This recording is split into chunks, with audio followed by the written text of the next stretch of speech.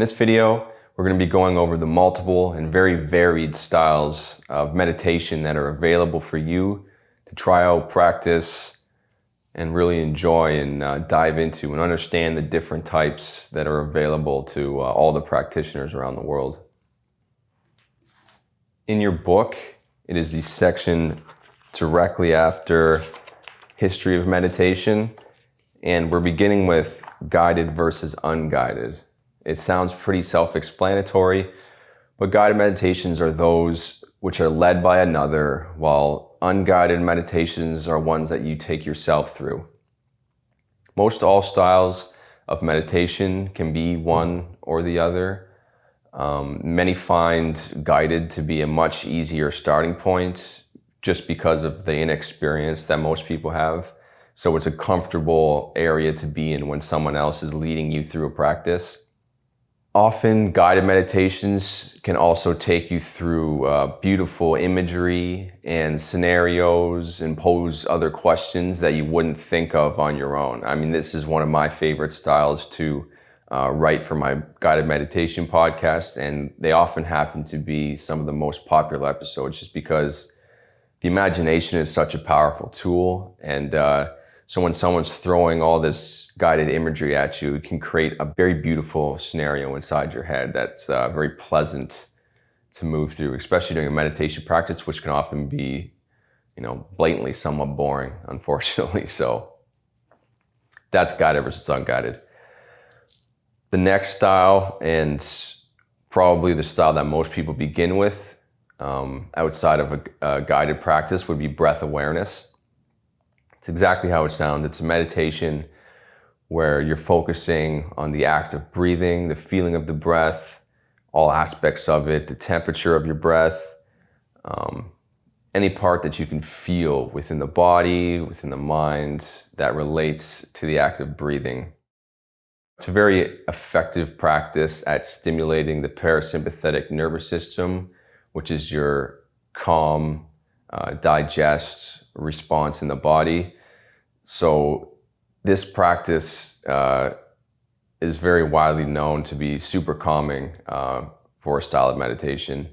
And it's very simple, right? Focus on your breath. So that's why it's a style widely used, and it's a very accessible form for both new practitioners and experienced practitioners.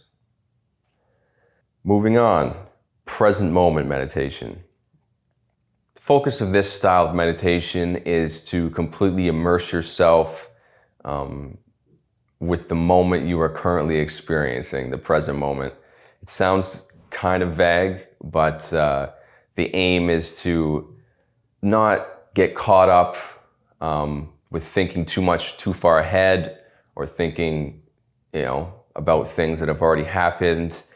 It's to, notice things happening in the body, notice sounds happening around you in your space directly adjacent to you, sounds outside your space, smells, as you see thoughts coming into the head or the mind, you notice it for what it is and you move on to the next one, never dwelling too much on one thing in particular.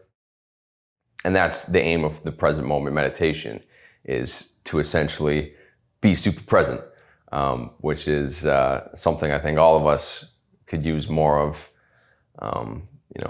Living in the past, you're always depressed about something. Living in the future causes a lot of anxiety.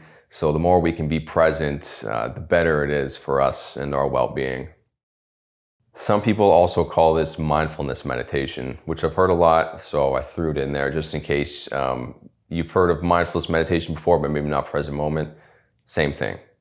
Next, we have repetition meditation.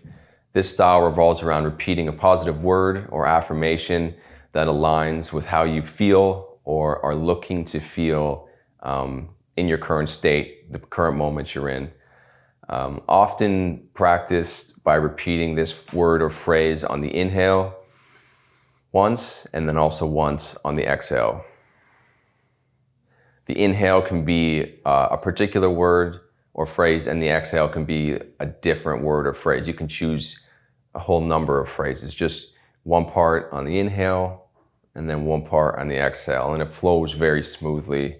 And it's a very good vocal point for the mind outside of just the breath. It's very easy to focus on a word or phrase that has a positive feeling within you and something that you're trying to manifest, anything along those lines. But the focus of it is that the repetition of this word or phrase is your focal point for the meditation. That is where your single point of concentration is going. And whenever your mind wanders, that word or phrase brings you back into the practice. The next style we're going to talk about is Japa meditation. It's much like repetition meditation, but it's the more traditional sibling of that style of meditation, whereas repetition uses an English word or phrase as the focal point. Japa meditation uses a Sanskrit mantra as the focal point and the focus of the repetition. The difference being a word or phrase is usually just mostly like a positive affirmation of that sort, which you can create yourself. Mantras are defined as a mystical energy encased in a sound structure, which sounds pretty cool, I know. But they can't be created. They're already there. They've been passed down for a very long time. And that's kind of the difference between repetition and japa. Japa also uses typically a japa mala or rosary, which consists of 108 beads or different seeds or gemstones that you use for the practice. Every repetition of the mantra, you move from one bead to the next for between 1 and 108 rounds daily. I can go into this pretty in depth. It's the practice that I personally do every day since being introduced to it by my teacher, Daniel Rama, on my last teacher training in Bali. I'll do a separate video that goes fully into the practice of japa meditation, different mantras, how to do it, everything like that. So if you're interested in this, there is more coming. Moving on to walking meditation. Unlike most forms of meditation, this one is done while moving, not seated or prone. The idea is to move slowly and deliberately, paying careful attention to each step as you take them and keeping a soft gaze focused a few feet in front of you on the ground. This one I've done a few times. It's often used to split up long periods of sitting meditation, and it can be very nice to do something as different from the stoic seated meditations you see most of the time, and what you'll practice most of the time, to add in a bit of movement.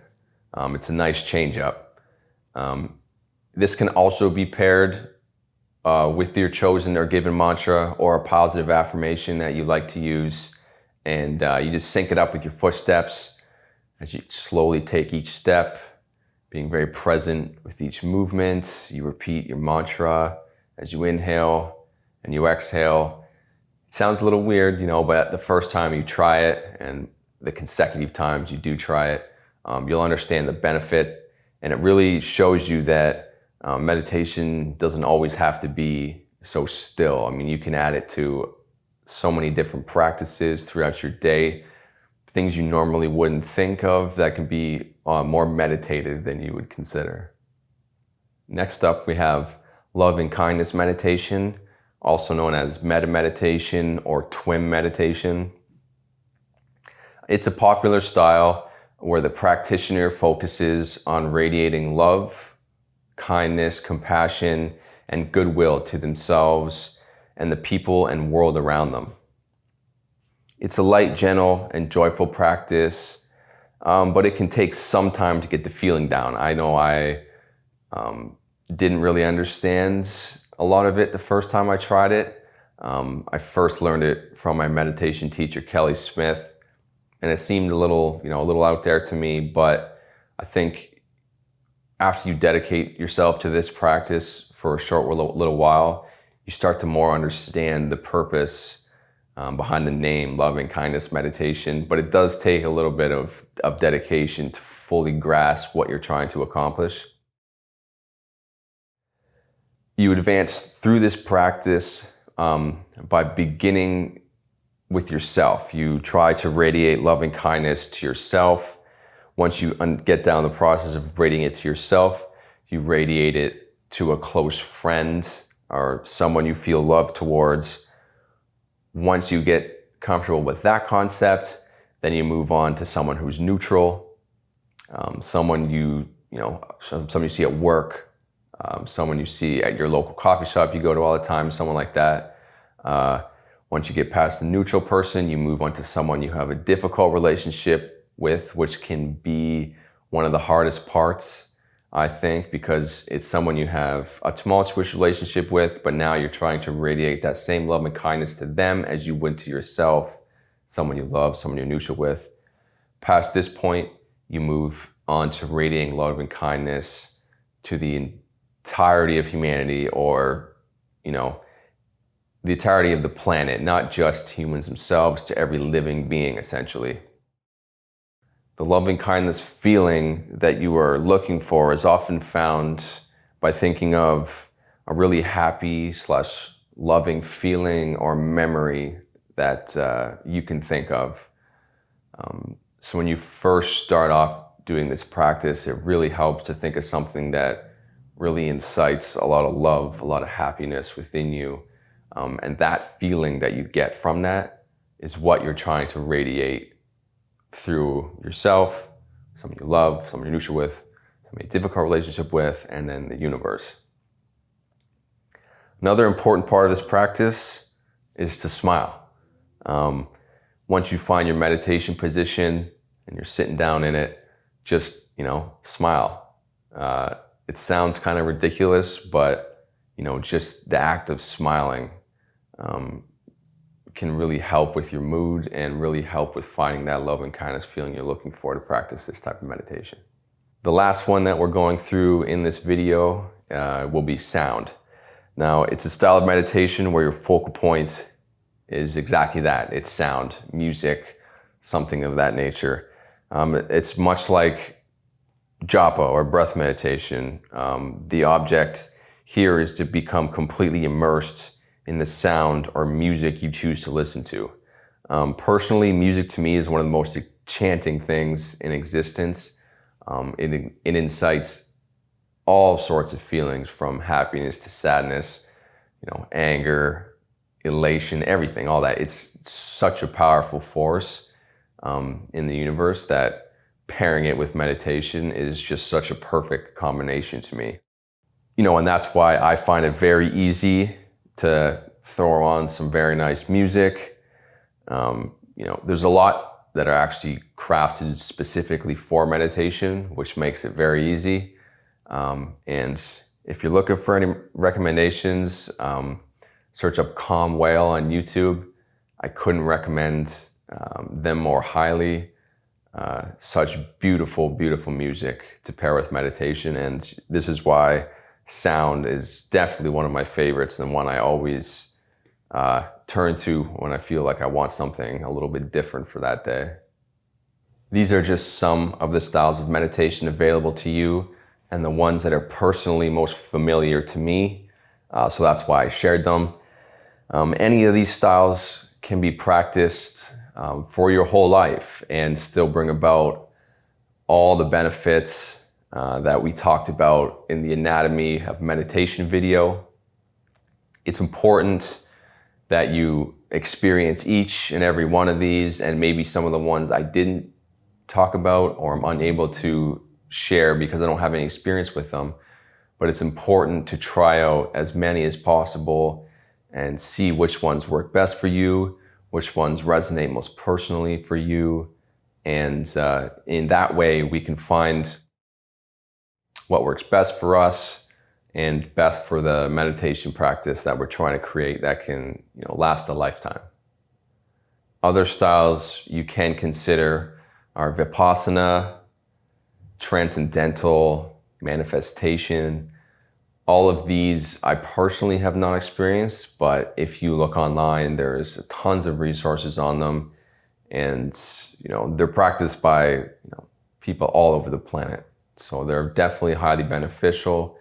And if meditation is something that you really, really, really want to go down a deep road on, then definitely these three, particularly Vipassana, I think, which is traditionally or usually a very long form type of meditation where you're going on some sort of retreats or to some center where you're meditating for hours and hours a day. So if you're super interested and very dedicated, then check out these other ones too.